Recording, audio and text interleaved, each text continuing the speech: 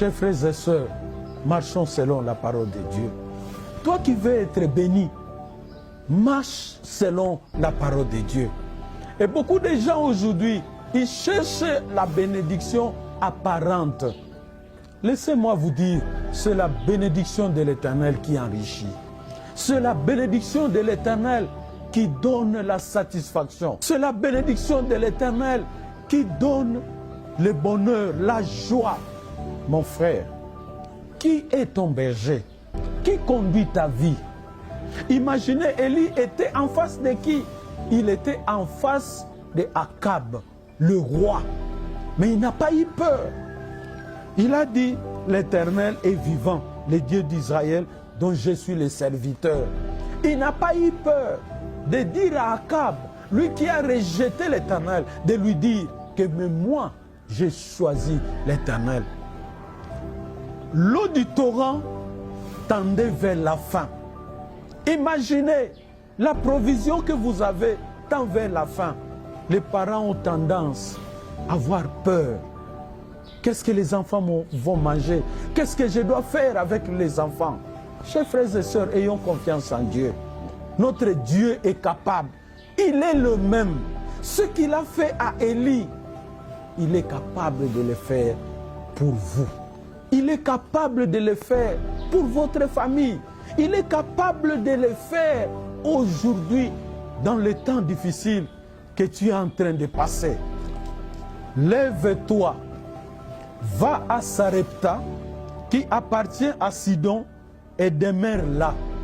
Voici, j'y ai ordonné à une femme veuve de te nourrir.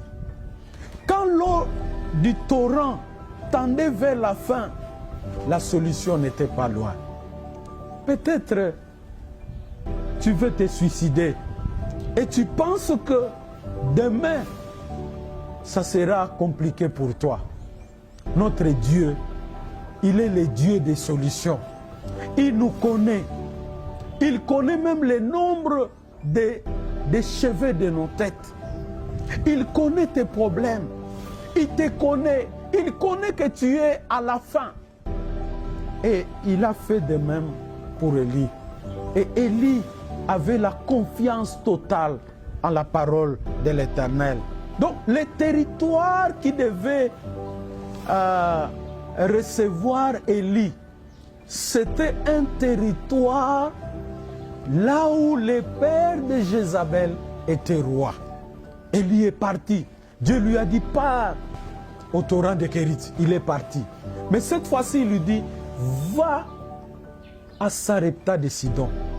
C'est là où j'ai ordonné à une femme veuve de te nourrir.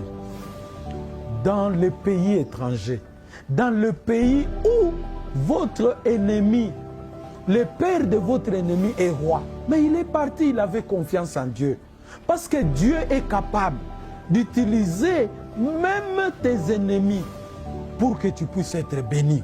C'est pourquoi nous devons avoir confiance en notre Dieu. Il est parti.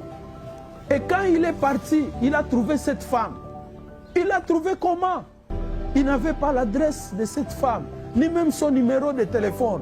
Mais il est parti parce que la parole de Dieu dit, va, sans adresse, sans numéro de téléphone. Il est parti parce qu'il avait confiance en Dieu.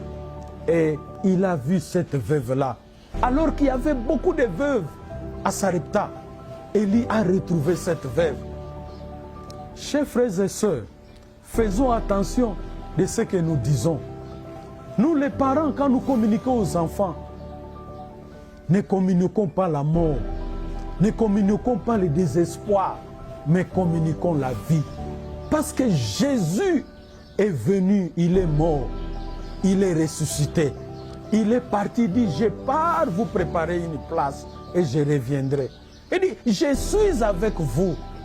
Que votre cœur ne se trouble point. Communiquons la joie. Dans ce moment difficile, communiquons la joie.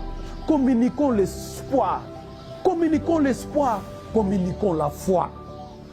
Et c'est pourquoi l'homme de Dieu a dit à cette femme, ne crains point. Dans des moments difficiles, ne craignons rien. L'Éternel est avec nous. La Bible dit,